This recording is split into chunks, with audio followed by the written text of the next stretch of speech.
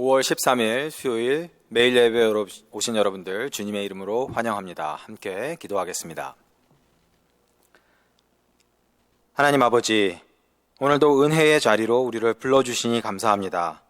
하나님을 찬양하고 하나님께 기도하고 하나님의 말씀을 들을 때 하나님의 얼굴을 배웁게 하시고 하나님을 만남으로써 우리의 삶이 변화되는 복된 예배의 시간 되게 하여 주시옵소서. 우리 주 예수 그리스도의 이름으로 기도합니다. 아멘. 함께 영상으로 찬송가 447장 이 세상 끝날까지 함께 찬양하겠습니다.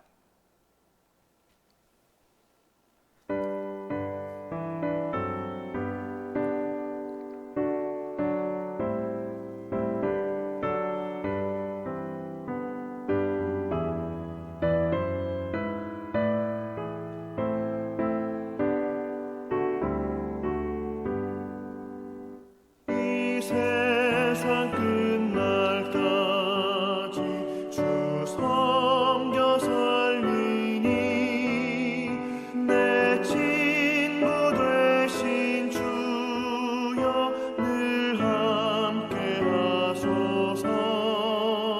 주 나와 함께 하면 전쟁도 겁없고 주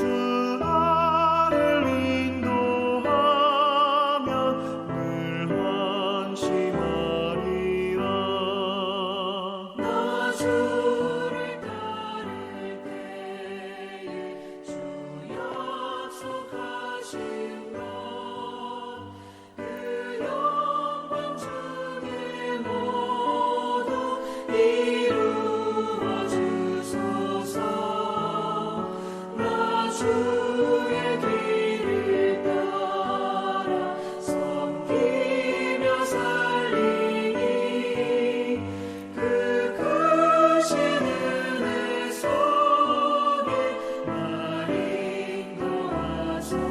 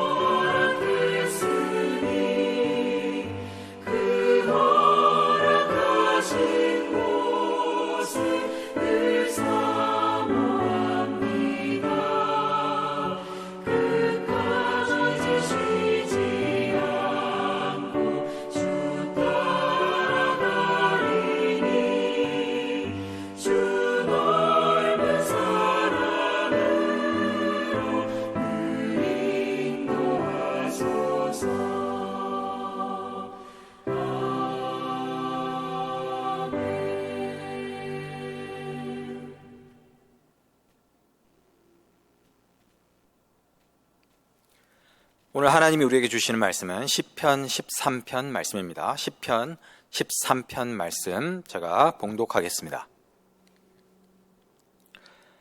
여호와여, 어느 때까지이니까 나를 영원히 잊으시나이까? 주의 얼굴을 나에게서 어느 때까지 숨기시겠나이까? 나의 영혼이 번민하고 종일토록 마음에 근심하기를 어느 때까지 하오며 내 원수가 나를 치며 자랑하기를 어느 때까지 하리이까? 여호와 내 하나님이여, 나를 생각하사 응답하시고 나의 눈을 밝히소서. 두렵건대 내가 사망의 잠을 잘까 하오며 두렵건대 나의 원수가 이르기를 내가 그를 이겼다 할까 하오며 내가 흔들릴 때에 나의 대적들이 기뻐할까 하나이다. 나는 오직 주의 사랑을 의지하여 싸우니 나의 마음은 주의 구원을 기뻐하리이다. 내가 여호와를 찬송하리니 이는 주께서 내게 은덕을 베푸심이로다. 하나님의 말씀입니다. 여러분, 찬송가 악보를 보면 왼쪽에는 작사가, 오른쪽에는 작곡가가 적혀 있습니다. 그런데 작곡가 이름 위에 곡명이 따로 표기되어 있는 것을 볼 수 있습니다. 그 이유는 곡조와 찬송가 가사가 서로 별개로 독립적으로 존재하기 때문입니다. 같은 곡조에 다른 가사를 붙여서 부르기도 하고 거꾸로 똑같은 가사를 다른 곡조에 붙여서 부르기도 하는 것입니다. 왜냐하면 찬송가를 만들 때 특정한 가사를 위해서 곡을 쓰는 경우도 있지만 이미 존재하는 곡조에 나중에 가사를 붙이는 경우도 많기 때문입니다. 오늘 우리가 함께 불렀던 찬송가도 그런 경우에 속합니다. 찬송가 447장의 작곡가는 아서 맨이라는 사람이고 오늘 찬송가 악보를 보시면 작곡가 이름 위에 곡명이 Angel Story라고 따로 표기되어 있는 것을 볼 수 있습니다. 제가 오늘 이 찬송가를 고른 이유는 오늘 본문인 시편 13편을 가사로 만들어서 바로 이 곡조에 그 가사를 붙여서 부른 찬송가가 있기 때문입니다. 미국 장로교에서 부르는 이 찬송가 책에 실린 곡에 How long wilt thou forget me? 라는 찬송가가 있습니다. 바로 시편 13편을 가사로 만들어서 오늘 우리가 불렀던 이 곡조에 붙여서 부르는 노래입니다. 나중에 오늘 말씀을 묵상하면서 이 찬송가를 찾아서 함께 불러보시기를 바랍니다. 시편 13편은 표제에 나와 있듯이 다윗이 지은 시입니다. 6절밖에 안 되는 이 짧은 시이고 구조도 대단히 단순합니다. 하지만 이 구조를 우리가 잘 기억하고 염두에 두고 읽어야 이 시의 의미를 제대로 이해할 수 있습니다. 이 시편 13편은 2절씩 세 부분으로 나눌 수 있습니다. 1절과 2절에서 다윗은 절망 가운데 하나님께 질문을 던집니다. 자신의 상황이 너무나도 절망적이어서 하나님한테 버림받은 느낌이라고 그렇게 말하면서 하나님께 따지듯이 묻고 있습니다. 두 번째 부분 3절과 4절에는 시인의 간구와 기도가 담겨 있습니다. 다윗은 하나님께 이 절망적인 상황에서 자신을 건져달라고 요구하고 있습니다. 그리고 마지막 부분 5절과 6절에서 하나님에 대한 신뢰를 회복한 다윗은 자신이 누리는 위로와 기쁨을 표현하고 있습니다. 시편은 말 그대로 시이기 때문에 각각의 시편이 운문의 형식을 가지고 있습니다. 주석가들은 시편 13편의 문학적인 구조가 이 운문의 구조 자체가 이 시의 주제를 뒷받침하고 있다는 것을 발견했습니다. 우리가 국어 시간에, 문학 시간에 배웠던 것을 떠올려 보면 시는 시를 이루는 구성 요소를 크게 행과 연으로 우리가 구분할 수 있습니다. 여러 행들이 모여서 연을 이루게 됩니다. 앞서 시편 13편이 세 부분으로 나누어져 있다고 말씀드렸는데 이 세 부분을 시의 연이라고 말할 수 있습니다. 그러니까 1절과 2절이 1연, 3, 4절이 2연, 5, 6절이 3년이 되는 것입니다. 대부분의 개혁 개정 성경 책에는 이 연구분이 따로 표기되어 있지 않지만 세번역 성경을 보시거나 아니면 대부분의 영어 성경책을 보시면 1절과 2절 사이에 또한 1, 2절과 3, 4절 사이에 그리고 3, 4절과 5, 6절 사이에 한 줄을 띄어서 이렇게 연구분을 해놓은 것을 볼 수 있습니다. 그리고 연은 말씀드린 것처럼 여러 개의 행으로 이루어져 있다고 그렇게 말씀드렸습니다. 절로 따졌을 때는 이 세 연 모두가 2절씩으로 되어 있지만 운문의 구조로 따졌을 때 1년은 5행으로 되어 있고 2년은 4행으로 되어 있고 마지막 3년은 3행으로 되어 있습니다. 주석가들은 이렇게 행수가 점점 줄어드는 것을 통해서 흥분했던 시인의 감정이 점점 조금씩 가라앉아서 마침내는 평온한 마음으로 하나님을 기쁘게 찬양하는 모습을 이 시편이 묘사하고 있다고 그렇게 분석합니다.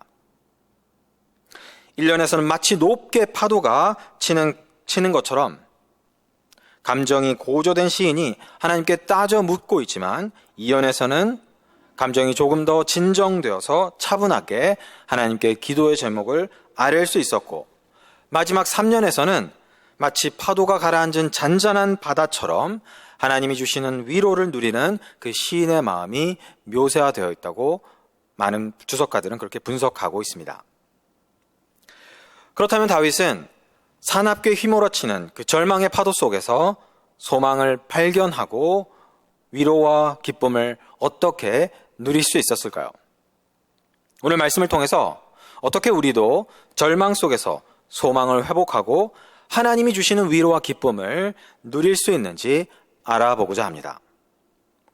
먼저 시인은 무엇 때문에 절망하고 있습니까? 1절 말씀을 다시 한번 보시면 여호와여 어느 때까지이니까 나를 영원히 잊으시나이까 주의 얼굴을 나에게서 어느 때까지 숨기시겠나이까 나의 영혼이 번민하고 종일토록 마음에 근심하기를 어느 때까지 하오며 내 원수가 나를 치며 자랑하기를 어느 때까지 하리이까 라고 말합니다. 1절과 2절에서 다윗은 계속해서 어느 때까지 How long 이라고 말합니다. 지난주에 보았던 시편 6편에서도 등장했던 표현입니다. How long 이라는 표현, 이 어느 때까지 라는 표현은 시편에 자주 등장하는데 총 22번이 등장합니다. 그 중에서도 이렇게 연이어서 4번이나 이 표현이 등장하는 시편은 시편 13편 이 한 곳뿐입니다. 그렇기 때문에 시편 13편의 별칭을 The How Long Psalm, 어느 때까지 시편이라고 부르기도 합니다. 시인은 숨 돌림 틈도 없이 하나님 언제까지입니까? 그렇게 따져 묻고 있습니다. 야훼여 언제까지 나를 잊어버리고 계실 겁니까? 언제까지 나를 외면하고 계실 겁니까? 언제까지 내가 이 영혼의 고통을 견뎌야 합니까? 언제까지 내가 내 원수들이 우쭐대는 모습을 보고만 있어야 합니까? 특히 1절 하반절에서 다윗은 이렇게 말합니다. 주의 얼굴을 나에게서 어느 때까지 숨기시겠나이까? 여러분, 하나님한테 얼굴이 있습니까? 물론 하나님은 영이시기 때문에 하나님 우리 인간처럼 얼굴을 가지고 계시지 않습니다. 그렇다면 하나님의 얼굴이란 무엇을 말하는 것입니까? 이 히브리 말로 하나님의 얼굴이라고 할 때 이 얼굴은 우리말 얼굴보다 훨씬 더 깊은 의미를, 중요한 의미를, 심오한 의미를 담고 있습니다. 히브리 말로 파네라고 하는데 이 하나님의 얼굴에 관해 가장 중요하고 가장 유명한 구절은 민수기 6장 말씀입니다. 민수기 6장에 기록되어 있는 아론의 축복 기도에서 하나님은 제사장들에게 이렇게 기도하라고 말씀하셨습니다. 여호와는 그의 얼굴을 내게 비추사 여호와는 그 얼굴을 내게로 향하여 드사. 하나님의 얼굴, 파네는 하나님의 임재를 말합니다. 우리가 하나님과 누리는 친밀하고 인격적인 관계입니다. 우리가 하나님과 그런 관계를 누릴 때 이것은 마치 하나님이 우리를 바라보시면서 우리를 향해 환하게 미소 지으시는 것과 같다는 말입니다. 따라서 오늘 시편 13편에서 하나님께 외면당하고 있다는 다윗의 탄식은 더 이상 하나님의 친밀하고 인격적인 임재를 누리지 못한다는 절망의 표현입니다. 더 이상 하나님과 그런 친밀하고 인격적인 관계를 누릴 수 없다는 절망의 표현입니다. 그는 하나님이 내 곁에 계시기는커녕 하나님께 외면을 당하고 하나님께 버림받는 것 같이 느껴진다고 탄식하고 있습니다. 언제까지, how long 이라는 말을 4번이나 반복해야 했던 걸로 보아 이런 상태가 그저 잠시 지속된 것이 아니라 이미 그런 상태가 오래되었다는 것을 짐작할 수 있습니다. 그런데 우리 신자들의 삶에도 이런 때가 찾아올 때가 있습니다. 아무리 간절히 기도해도 기도 응답을 받을 수가 없다고 느껴지는 때가 있습니다. 하나님을 찬양하고 말씀을 묵상하고 기도를 해도 마음에 기쁨이 넘치기는커녕 하나님이 나를 외면하시는 것 같은 느낌이 들 때가 있습니다. 분명히 죄사함과 구원의 은혜를 경험했는데 마치 하나님이 다시 한번 과거의 내 죄를 들춰내서 그 죄 때문에 나를 거부하시는 것 같다는 생각이 들 때가 있습니다. 여러분, 그럴 때 우리는 어떻게 해야 합니까? 다윗이 그랬듯이 우리의 마음을 있는 그대로 하나님께 쏟아 놓아야 합니다. 여러분, 다윗이 어떤 사람입니까? 다윗은 하나님의 마음에 합한 사람이라는 어마어마한 평가를 받았던 사람입니다. 그런데 그런 다윗마저도 하나님께 버림받았다고 그렇게 느낄 때가 있었습니다. 따라서 우리가 믿음의 여정 속에서 이런 절망의 골짜기를 지나게 되는 것은 전혀 이상한 일이 아닙니다. 하지만 다윗이 영적인 무력감과 절망감에 빠진 많은 신자들과 달랐던 점은 하나님께 버림받았다는 느낌이 들 때 자신의 마음에, 자신의 생각에 집중하지 않고 그 절망감을 가지고 하나님 앞에 나아갔다는 것입니다. 그는 불경하게 보일 정도로 하나님께 따지듯이 묻고 있습니다. 그리고 그것이 바로 절망에서 벗어나는 첫걸음이었습니다. 그러므로 하나님께 외면당하고 하나님께 버림받았다고 느껴질 때 망설이지 말고 하나님께 달려가 하나님 언제까지입니까? 그렇게 따져 물으시기 바랍니다. 여러분의 마음, 여러분의 감정, 여러분의 느낌에 집중하는 대신에 여러분의 상한 마음을 하나님께 그대로 쏟아 놓으시기 바랍니다. 하지만 다윗은 하나님께 따지듯이 묻고 불평하는데 그치지 않았습니다. 두 번째 연에서 다윗은 자세를 바꿔서 이제 하나님께 간구하기 시작합니다. 격정을 토로한 다음에 조금 더 차분한 마음으로 다윗은 하나님께 구체적으로 기도의 제목을 아뢰고 있습니다. 3절 말씀을 보시면 여호와 내 하나님이여 나를 생각하사 응답하시고 나의 눈을 밝히소서. 다윗은 대단히 구체적으로 하나님께 요구하고 있습니다. 그는 하나님께 세 가지를 요구하고 있습니다. 하나님, 나를 생각해 주십시오. 하나님, 내게 응답해 주십시오. 내 질문에 대답해 주십시오. 그리고 하나님, 내 눈을 밝혀 주십시오. 먼저 그는 하나님, 나를 생각해 주십시오 라고 기도합니다. 여기서 생각하사라는 말은 문자적으로 바라보다라는 말입니다. 하나님이 나를 외면한 것처럼 느껴집니다.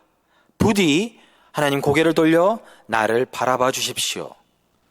이것이 다윗의 첫 번째 간구였습니다. 다음으로 다윗은 하나님, 내게 응답해 주십시오. 내게 대답해 주십시오. 라고 기도하고 있습니다. 하나님이 침묵하시며 나한테 더 이상 말씀하지 않는 것처럼 그렇게 느껴집니다. 하나님, 부디 나의 물음에 대답해 주십시오. 마지막으로 다윗은 하나님, 내 눈을 밝혀 주십시오 라고 기도합니다. 하나님, 내가 고통 가운데서 지칠 대로 지쳐 있습니다. 나의 육신적인 건강, 나의 영적인 건강을 하나님 회복시켜 주십시오. 내 눈을 밝혀 주셔서 이 고통과 절망 속에서 하나님의 뜻을 내가 볼 수 있게 해 주십시오. 다윗은 자신의 고통과 절망을 하나님 앞에 쏟아놓은 다음에 하나님 앞에 구체적으로 간구하였습니다. 그는 구체적으로 기도했습니다. 우리의 기도도 이렇게 구체적이어야 합니다. 구체적으로 이걸 달라, 저걸 달라고 기도하라는 말씀이 아닙니다. 물론 그런 기도도 필요하지만 특히 우리가 영적인 무력감과 절망감에서 빠져나오기 위해서는, 벗어나기 위해서는 다윗이 했던 것처럼 구체적으로 기도해야 합니다. 구체적으로 기도하되 그 기도의 초점이 절대적으로 하나님께 맞춰져 있어야 합니다. 다윗은 지금 하나님 이걸 주세요, 저걸 주세요라고 기도하지 않습니다. 그의 기도는 철저히 하나님을 구하는 기도였습니다. 하나님이 주시는 것들을 구하는 기도가 아니라 하나님의 시선을 구하고 하나님의 목소리를 구하고 하나님을 볼 수 있는 눈을 구하는 기도였습니다. 여러분의 기도 생활에서도 하나님이 주시는 것들에 초점을 맞추는 기도보다 하나님을 구하는 기도의 비중이 점점 더 커지고 그런 기도가 점점 더 깊어지기를 축원합니다. 이렇게 하나님께 자신의 마음을 쏟아놓고 구체적으로 하나님께 기도를 드렸을 때 마침내 다윗은 절망의 구덩이로부터 빠져나올 수 있었습니다. 그는 이렇게 이제 기쁨의 노래를 부릅니다. 5절 말씀을 보시면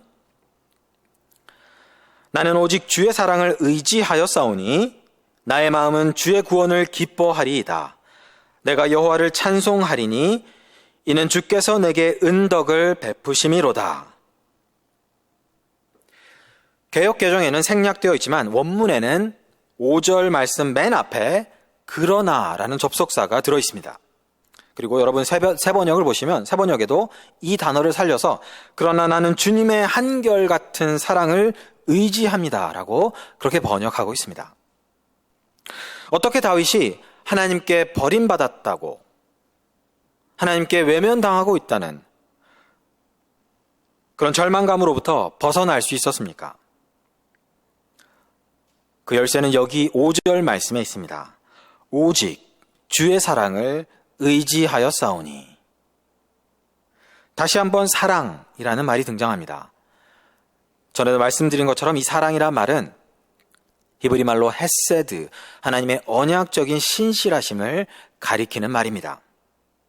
영어로 unfailing love, steadfast love 이라고 번역되는 하나님의 충성스러운 사랑, 하나님의 언약적인 신실하심을 말하는 단어입니다. 우리가 사랑받을 자격이 있어서가 아니라 하나님이 우리를 사랑하는 것은 그분이 우리와 맺으신 언약 때문이라는 말입니다. 하나님은 언약을 신실하게 지키시는 분이시기 때문에 우리를 사랑하신다는 말입니다.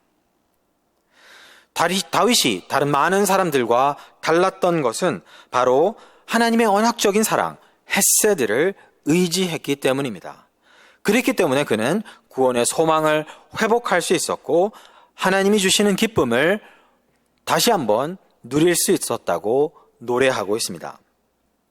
6절에서 다윗은 내가 여호와를 찬송하리니 이는 주께서 내게 은덕을 베푸심이로다 라고 말합니다.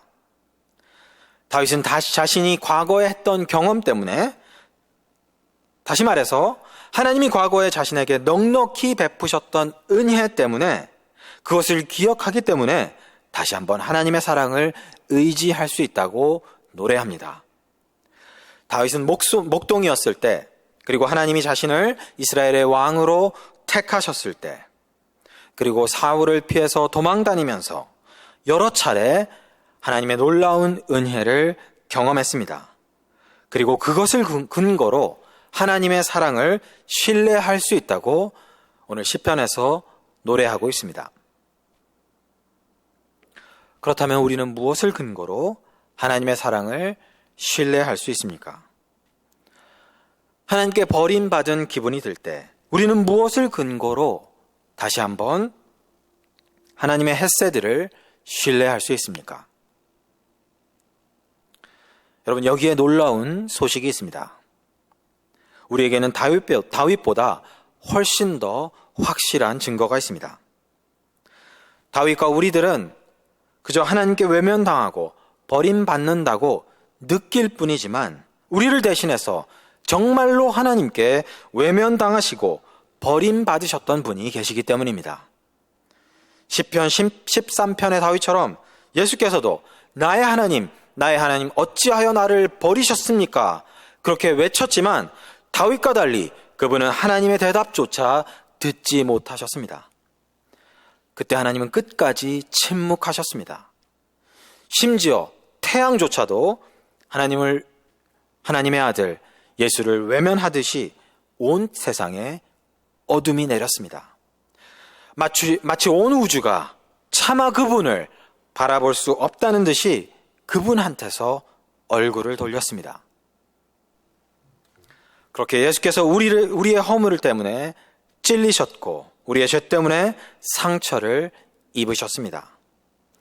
그분은 우리의 죄짐을 짊어지시고 성부 하나님께 버림받는 그 경험을 하셨습니다. 이렇게 그분이 저주를 받으셨기 때문에 비로소 우리는 그리스도 안에서 하나님의 얼굴, 하나님의 임재, 하나님의 판례를 누릴 수 있게 되었습니다. 따라서 예수 그리스도와 그분의 십자가를 바라볼 때 우리는 다윗처럼 나는 오직 주의 사랑을 의지하였사오니 그렇게 담대하게 고백할 수 있습니다. 오늘 본문의 다윗처럼 영적인 무력감과 절망감에 휩싸일 때 여러분의 마음을 하나님 앞에 쏟아 놓으시기 바랍니다. 그리고 하나님이 주시는 선물을 구하기보다 하나님을 구하는 기도를 드리시기 바랍니다. 그리하여 그리스도 안에서 우리를 향해 환하게 미소 지으시는 하나님의 은혜와 평강을 회복하고 하나님을 찬양하는 그런 성숙한 믿음의 사람들이 되시기를 축원합니다. 함께 기도하겠습니다. 하나님 아버지, 나는 오직 주의 사랑을 의지합니다. 다윗처럼 우리도 그렇게 고백할 수 있도록 예수 그리스도의 십자가를 통해 하나님의 사랑에 대한 결정적인 증거를 우리에게 주시니 감사합니다. 우리 삶에 찾아오는 영적인 무기력과 절망 속에서 여호와여 어느 때까지니까 라고 기도하며 우리의 영혼의 번민과 근심과 고통을 하나님 앞에 쏟아놓게 하여 주시옵소서. 절망 속에서 더 간절히 하나님을 구하며 기도하게 하시고 그리하여 하나님이 베푸시는 위로와 구원의 소망을 더욱더 풍성히 누리게 하여 주시옵소서. 우리 주 예수 그리스도의 이름으로 기도합니다. 아멘. 오늘 말씀을 기억하면서 함께 기도하겠습니다. 하나님께 외면당하고 버림받는 느낌이 들 때 하나님 앞에 나아가 우리의 마음을 쏟아 놓을 수 있는 영적 담대함을 주소서. 하나님이 주시는 것들에 집중하기보다는 하나님을 구하는 기도에 집중하는 성숙한 기도의 사람이 되게 하소서. 그리스도 안에서 우리를 향해 환하게 미소 지으시는 하나님의 은혜와 평강을 날마다 더 풍성히 누리게 하소서. 교회와 세상을 위해서 또 함께 기도하겠습니다. 이 땅에 내린 병마로부터 우리 모두를 지켜주소서. 특히 연로하신 어르신들과 아이들의 건강을 지켜주소서. 코로나 바이러스에 감염된 환자들을 치유하여 주시고 그들의 몸과 영혼이 강건하게 회복되게 하소서. 환자를 돌보는 의료진들을 지켜주시고 그들에게 날마다 새 힘을 주소서.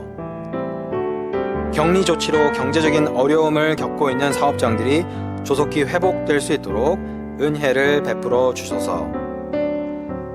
전염병으로 인해 더 열악해진 상황 속에서 선교지를 섬기는 선교사들과 그 가정을 지켜주시고 그들에게 필요한 것을 채워주소서. 기도하신 후에 주의 기도로 예배를 마치시기 바랍니다.